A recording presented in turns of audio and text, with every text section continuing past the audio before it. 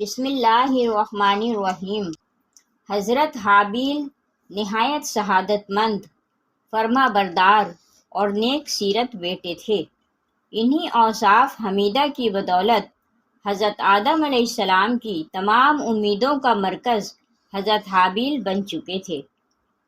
حضرت آدم کو یقین تھا کہ میری نسل کو راہ راست پر رکھنے اور اللہ کے دین کو آگے بڑھانے میں یہی بیٹا میرا معاون ہوگا۔ چنانچہ یہی وہ بنیادی وجہ تھی کہ جس بنا پر حسد میں آ کر قابیل نے حضرت حابیل کو شہید کر دیا، کیونکہ قابیل چاہتا تھا کہ حضرت آدم علیہ السلام کے بعد نبوت کا تاج اور انسانوں کی بھاگ دوڑ کا صحرا اسی کے سر سجے، لیکن یہ حضرت حابیل کے ہوتے ہوئے ناممکن تھا، اسی لیے اس نے حضرت حابیل کو شہید کر دیا۔ حابیل چونکہ حضرت آدم اور حضرت حوا کی آنکھوں کا تارا تھا، اسی لیے ان کی شہادت کے بعد وہ دونوں بے حد غمگین رہنے لگے۔ دوسری طرف شیطان قابیل کے پاس آیا اور اس کو گھر سے بھاگنے کے لیے کہنے لگا، اگر تم یہاں رہو گے تو تمہیں تمہارا باپ مار ڈالے گا۔ بس اسی قتل کے ڈر سے قابیل اپنی بیوی کو لے کر یمن کی پہاڑیوں میں جا بسا۔ اصل میں شیطان کو یہ ڈر تھا کہ کہیں قابیل توبہ کر کے حضرت آدم کا تابعدار بیٹا نہ بن جائے۔ پہاڑیوں میں جا کر نسل قابیل خوب بڑھنے لگی اور وہاں اس کی کثیر اولاد ہوئی۔ قابیل اور اس کی اولاد نے ہی سب سے پہلے آتش پرستی اور پھر شیطان کے بہکاوے میں آ کر بت پرستی شروع کر دی۔ دنیا میں قتل و غارت، حسد و فساد اور بت پرستی کی بنیاد قابیل ہی نے رکھی۔ حضرت عبداللہ بن مسعود رضی اللہ تعالیٰ عنہ سے روایت ہے کہ حضور نبی کریم صلی اللہ علیہ وسلم نے فرمایا، دنیا میں جب بھی کوئی ظلم سے قتل ہوتا ہے تو اس کا ایک گناہ حضرت آدم علیہ السلام کے بیٹے قابیل کی گردن پر ضرور ہوتا ہے، اس لیے کہ یہ وہ شخص ہے جس نے ظالمانہ قتل کی ابتدا کی اور یہ ناپاک طریقہ جاری کیا۔ دوسری طرف حضرت حابیل کی شہادت کے بعد حضرت آدم غمگین رہتے، انہیں اپنے جانشین کو کھونے کا بہت دکھ تھا۔ حضرت آدم اور حضرت حوا اکثر بیٹھ کر گھنٹوں آنسو بہایا کرتے۔ پھر ایک دن اللہ پاک سے حضرت آدم علیہ السلام نے یوں دعا فرمائی، اے اللہ پاک، مجھے ایسی پاک اولاد عطا فرما جو دین کو پھیلانے میں میری مدد کرے اور میرے بعد بھی تیرے نام کو اور تیرے پیغام کو دنیا میں پھیلا دے۔ مجھے نیک اور صالح جانشین عطا فرما دے۔ رحیم و کریم اللہ پاک نے حضرت آدم علیہ السلام کی دعا قبول فرمائی اور پھر کچھ ہی عرصے بعد حضرت شیس علیہ السلام پیدا ہوئے۔ حضرت شیس کی پیدائش پر حضرت آدم اور اماں حوا نے بے حد خوشیاں منائیں اور اللہ کا شکر ادا کیا۔ روایت میں ہے کہ جب حضرت شیس علیہ السلام پیدا ہوئے تو اس وقت حضرت آدم علیہ السلام کی عمر مبارک 130 سال تھی۔ جب یہ تیسرا بیٹا پیدا ہوا تو اماں حوا نے ان کا نام شیس رکھا۔ عربی میں شیس کے معنی عطیہ خداوندی کے ہیں، مطلب اللہ تعالیٰ کی طرف سے عطا کیے جانے والا خوبصورت و خوب سیرت تحفہ۔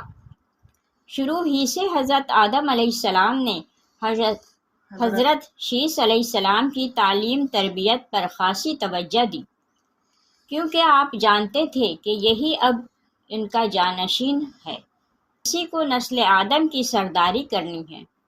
آپ علیہ السلام حضرت شیس علیہ السلام کو جنت کا احوال سناتے، اچھے اور برے کی پہچان کرواتے۔ جوں جوں حضرت شیس علیہ السلام بڑے ہوتے گئے، ان کی پوشیدہ صلاحیتیں اور والدین کی تعلیم و تربیت رنگ لاتی رہی۔ حضرت آدم علیہ السلام نے ان کو درس و تدریس اور وعظ و تبلیغ کے خوبصورت اور منفرد طریقے سکھائے۔ انہیں دن اور رات کی گھڑیوں کی پہچان کروائی، ہوں ان اوقات میں ہونے والی عبادتوں کی تعلیم دی۔ اس کے علاوہ طوفان نوح علیہ السلام کے بارے میں جو کچھ عرصے بعد آنا تھا، حضرت آدم علیہ السلام اور حضرت حوا علیہ السلام کو حضرت شیث علیہ السلام سے بڑی امید تھی، جس کی بڑی وجہ یہ تھی کہ ان کا ایک بیٹا قتل ہو گیا، دوسرا شیطان کا پیروکار بن کر کفر کے راستے پر چل نکلا تھا۔ اب اللہ کے دین کو آگے پھیلانے اور شیطان کے شر کا مقابلہ کرنے کے لیے حضرت آدم علیہ السلام کے بعد حضرت شیث علیہ السلام ہی تھے۔ 960 برس کی عمر میں حضرت آدم وفات پا گئے اور نسل انسانی کی بھاگ دوڑ حضرت شیث علیہ السلام کے کندھوں پر آ گئی۔ حضرت آدم علیہ السلام کی وفات کے بعد اللہ پاک حضرت شیث علیہ السلام کو نبوت کے درجہ پر فائز کر دیا، چنانچہ آپ حضرت آدم علیہ السلام کے بعد دوسرے نبی تھے۔ حضرت شیث کو اللہ پاک نے کثیر اولاد سے نوازا اور وہ سارے بڑے فرما بردار تھے۔ اللہ تعالیٰ نے کل 4 کتابیں اور 100 صحیفے اپنے پیغمبروں پر نازل کیے، لیکن حیران کن بات یہ ہے کہ ان 100 میں سے 50 صحیفے حضرت شیث علیہ السلام پر اترے۔ اس کے علاوہ بہت ساری احادیث پاک میں حضور صلی اللہ علیہ وآلہ وسلم نے حضرت شیث علیہ السلام کی نبوت کا ذکر کیا۔ حضرت شیث پوری عمر اپنی آل و اولاد کی تربیت میں لگے رہے اور ان کو یہی ڈر تھا کہ کہیں میری اولاد بھی میرے بھائی کی طرح شیطان کی پیروکار نہ بن جائے۔ آخری عمر میں حضرت شیث نے یہ گوشہ نشینی اختیار کر لی اور آپ کی اولاد آپ کے کام کو بڑھاتی رہی۔ دوسری طرف قابیل کی نسل اس قدر بے باک ہو گئی کہ وہ حضرت شیث کی آل اولاد پر حملہ آور ہوتے اور اناج وغیرہ لوٹ کر لے جاتے۔ دنیا کی پہلی جنگ بھی انہی 2 نسلوں کے درمیان ہوئی۔ جنگ کی وجہ یہ تھی کہ قابیل اپنے بیٹے کی شادی حضرت شیث کی بیٹی سے کرنا چاہتا تھا، لیکن حضرت شیث اس شادی کے سخت خلاف تھے۔ اور ویسے بھی حضرت آدم نے وفات کے وقت حضرت شیث کو نصیحت کی تھی، اے میرے جانشین، میرے بعد تقوی اختیار کرنا اور اپنی نسل کو قابیل سے پاک رکھنا۔ ایسا ہی ہوا۔ حضرت شیث نے شادی سے انکار کیا، جس پر قابیل کے بیٹے حضرت شیث کی اولاد میں سے لڑکی کو اٹھا کر لے گئے، جس پر حضرت شیث نے اللہ کے حکم سے قابیل کے لشکر پر حملہ کیا اور انہیں تہس نہس کر کے لڑکی کو آزاد کروایا۔ مسلمان، یہودی اور عیسائی اس بات پر متفق ہیں اس وقت دنیا میں جتنے بھی لوگ موجود ہیں وہ نسل شیث علیہ السلام سے ہیں، کیونکہ حابیل 20 سال کی عمر میں شہید کر دیے گئے، ان کا کوئی جانشین نہ تھا۔ قابیل اس کی اولاد شیطان کی پیروکار بنی، جس کو طوفان نوح میں غرق کر دیا گیا تھا۔ اس لیے نسل انسانی صرف اور صرف حضرت آدم علیہ السلام کے تیسرے بیٹے حضرت شیث علیہ السلام سے ہے۔ علامہ ابن کثیر قصص الانبیاء میں لکھتے ہیں کہ حضرت شیث نے اپنی وفات کے وقت اپنی کثیر اولاد میں سے اپنے بیٹے حضرت انوش کو جانشین مقرر کیا۔ انوش کے بعد قینن ان کے جانشین مقرر ہوئے۔ قینن کے بعد مہلائل جانشین ہوئے۔ یہ مہلائل ہی تھے جنہوں نے سب سے پہلے قلعوں کی بنیاد ڈالی اور انسان کو قلعہ بنانے سکھائے۔ اس کے علاوہ انہوں نے شیطان اس کے پیروکاروں کو انسانی بستیوں سے نکال کر ویرانوں اور جنگلات کی طرف بھیج دیا۔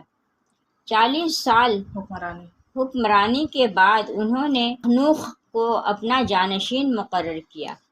مشہور روایات کے مطابق اخنوخ ہی حضرت ادریس علیہ السلام تھے۔ حضرت شیث علیہ السلام کی وفات 912 سال کی عمر میں ہوئی۔ مختلف روایات میں 3 مقامات درج ہیں کہ جہاں ان کا مزار مبارک ہے۔ نمبر 1 غزہ، نمبر 2 عراق کا شہر موصل، نمبر 3 ایودھیا بھارت۔ اب ان تینوں قبروں میں حضرت شیش علیہ السلام کی اصل قبر کون سی ہے، یہ تو اللہ ہی بہتر جانتا ہے۔